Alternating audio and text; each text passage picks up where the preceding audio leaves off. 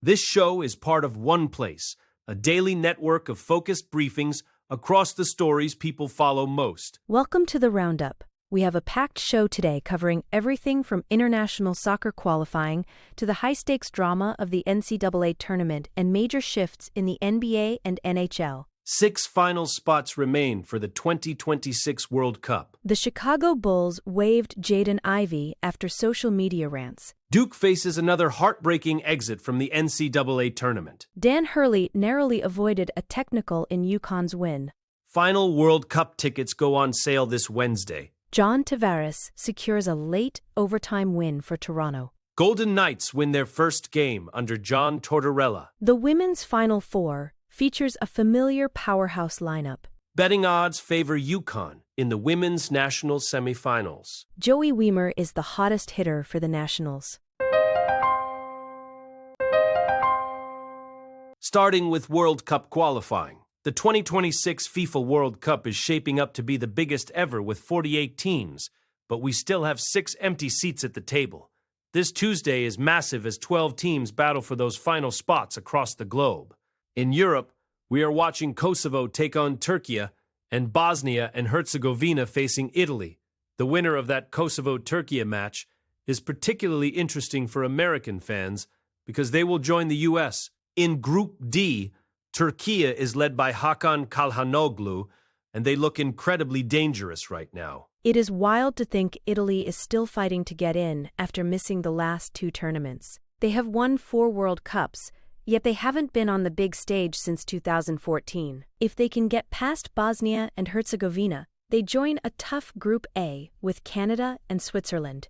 Meanwhile, we have teams like Jamaica and DR Congo also fighting for their lives. The pressure is immense because this expanded format means more opportunity, but the heartbreak of missing out at this final stage is just as sharp as ever. Moving to the NBA now. The Chicago Bulls have made a swift and decisive move by waiving Jaden Ivey following a series of controversial social media rants. Ivey, a former top 5 pick, was acquired from Detroit at the trade deadline, but only played 4 games due to knee issues. Over the weekend, he went on Instagram Live and made several homophobic comments while discussing his religious views.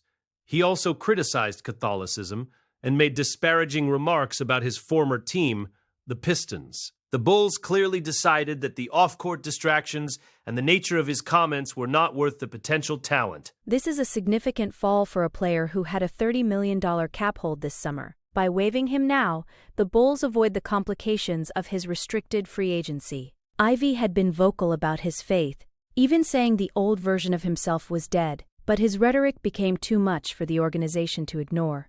It is a tough situation because he was also dealing with a horrific leg injury recovery. Now, his future in the league is very much in question, as teams will likely be wary of the locker room impact.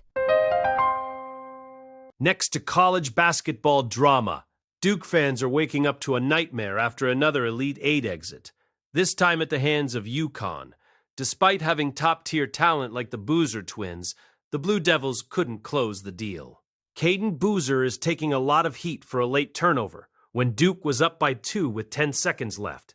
He tried to advance the ball instead of waiting for the foul, leading to a tipped pass and a buzzer-beating 3 by Braylon Mullins. It is a devastating way to end a season where Duke looked like a legitimate title contender for most of the year. While Caden is blaming himself, head coach John Shire was actually seen on video telling the team to advance the ball. You can't pin the whole loss on one play when Duke had 13 turnovers and gave up 13 offensive rebounds. They were up by 10 points with 6 minutes left and simply let the lead slip away. This continues a frustrating trend for Duke, who haven't won a title in a decade despite consistently landing the best recruits. It is a pattern of late-game collapses that will haunt Shire until he finally cuts down the nets. Staying with that same game, the ending of the UConn-Duke game was almost overshadowed by a bizarre interaction between Dan Hurley and the officials.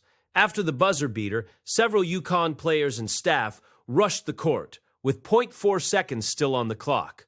When the refs tried to clear the floor, Hurley actually leaned in and pressed his head against an official. It was an incredibly aggressive move that usually results in an immediate technical foul and ejection. If the refs had followed the letter of the law, Duke would have been awarded free throws that could have sent the game into overtime or won it outright. The leniency shown to Hurley was shocking given the stakes.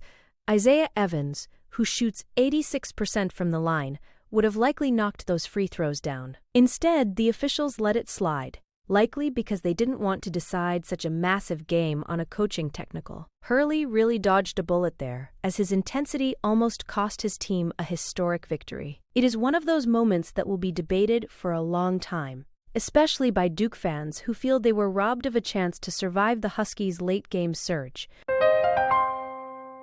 Now for some ticket news. If you are hoping to see the World Cup in person, Wednesday is your big chance.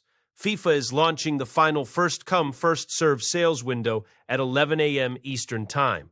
This covers matches across the US, Canada, and Mexico. However, be prepared for some sticker shock. FIFA has introduced dynamic pricing for the first time, which has seen some ticket prices jump by 50%. For example, some final match tickets that started at nearly $2,800 rose to over $4,000. It is a controversial move that has drawn a lot of criticism from fans worldwide. The good news is that dynamic pricing can also work in your favor. Some early round games in San Francisco have actually seen price drops. If you aren't set on seeing a powerhouse like Argentina or Portugal, you might find some relative bargains. FIFA hasn't guaranteed that tickets for all 104 matches will be available, so you need to be quick when the window opens. Experts suggest staying calm and avoiding the FOMO marketing tactics. Just log in early, have your payment info ready, and hope the server gods are on your side this Wednesday.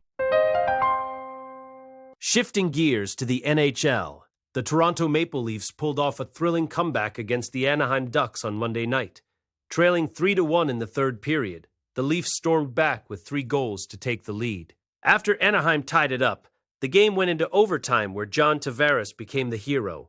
With just 5 seconds left on the clock, Tavares redirected a shot from Morgan Rielly to seal the 5-4 victory. It was a gritty performance in a game that was marred by several fights, showing that this Toronto team has the toughness to match their skill when things get physical. Morgan Rielly was absolutely everywhere in this game. Not only did he set up the winner, but his snapshot from the high slot earlier in the third gave Toronto their first lead of the night. The Ducks goalie, Ville Husso, played well but couldn't withstand the late barrage from the Leafs stars. This kind of win is huge for Toronto's confidence as they head toward the playoffs. Overcoming a multi-goal deficit late in the game proves they can stay composed under pressure, which has been a question mark for them in previous seasons during the postseason. Staying on the ice here, the Vegas Golden Knights have officially entered the John Tortorella era with a 4-2 win over the Vancouver Canucks. This comes just one day after the team fired Bruce Cassidy, the man who led them to a Stanley Cup just 2 years ago. Tortorella, a veteran coach known for his fiery personality, seems to have provided an immediate spark. The Knights were on a 3-game skid and had lost 12 of their last 17 games since the Olympic break. This win keeps them in third place in the Pacific Division, just 1 point behind the Edmonton Oilers. Adin Hill was solid in net with 22 saves, and the team showed a lot of resilience by coming back from 2 separate 1-goal deficits. Riley Smith scored the game winner late in the second period, and Cole Smith added an empty netter to seal it. General Manager Kelly McCrimmon is clearly betting that Tortorella's disciplined approach can reignite a locker room that had gone cold. With only 8 games left in the regular season, the timing is tight, but starting the new tenure with a win against a tough Canucks team is exactly what the organization needed. Back to the hardwood now. The women's Final Four is set, and it looks incredibly familiar. For only the second time in history, the exact same 4 teams have reached the final weekend in consecutive years. We have UConn, South Carolina, UCLA, and Texas, all returning to the big stage. UConn has been the gold standard under Gino Auriemma, and they are currently on a 54-game winning streak. They have been absolutely dominant this season, winning games by an average of nearly 38 points. Led by Sarah Strong and Azzi Fudd, the Huskies are looking to complete an undefeated season in Phoenix. South Carolina is the team everyone expects to give UConn the biggest challenge. Dawn Staley has built a powerhouse that has reached the Final Four in 7 of the last 9 seasons. They play a suffocating style of defense that held Southern California to just 61 points in the second round. With 5 players averaging double figures, they have the depth to match UConn's bench. It is a rematch of last year's title game, and the anticipation is through the roof. These 4 programs have clearly separated themselves from the rest of the pack in women's college basketball. Looking at the betting lines, the odds for the women's Final Four are out, and UConn is favored by 6.5 points over South Carolina. This might seem surprising given how good the Gamecocks are, but remember that UConn blew them out by 23 points in last year's championship game. The Huskies are currently sitting at minus 278 on the money line. Meanwhile, the other semifinal between Texas and UCLA is much tighter, with Texas favored by only 1.5 points. These two met in the regular season, and Texas won by 11, but UCLA will be hungry for revenge after that turnover-heavy performance. UCLA's loss to Texas was their only regular season defeat, so they know they can compete if they take care of the ball.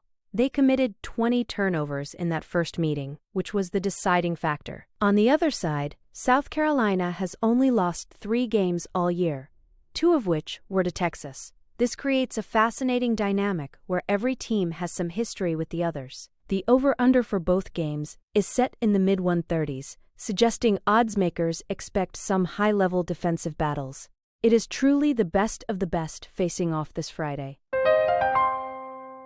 Finally, some baseball news. The biggest surprise of the young MLB season is Washington Nationals outfielder Joey Wiemer.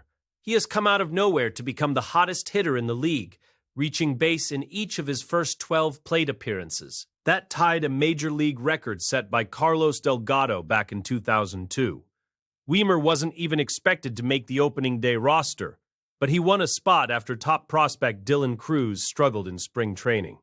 Since then, he has been on a tear, hitting home runs and helping the Nationals secure early wins over the Cubs and the Phillies. Wiemer's journey to this point has been a real odyssey. He has been with 6 different teams in just 4 seasons, including stints with the Brewers, Reds, Royals, Marlins, and Giants. He struggled mightily early in his career, often getting optioned to the minors or traded for cash considerations. Now, at 27, he seems to have finally found his rhythm in Washington. He has been moved all around the batting order, even hitting 9th on Monday, but his production hasn't dipped.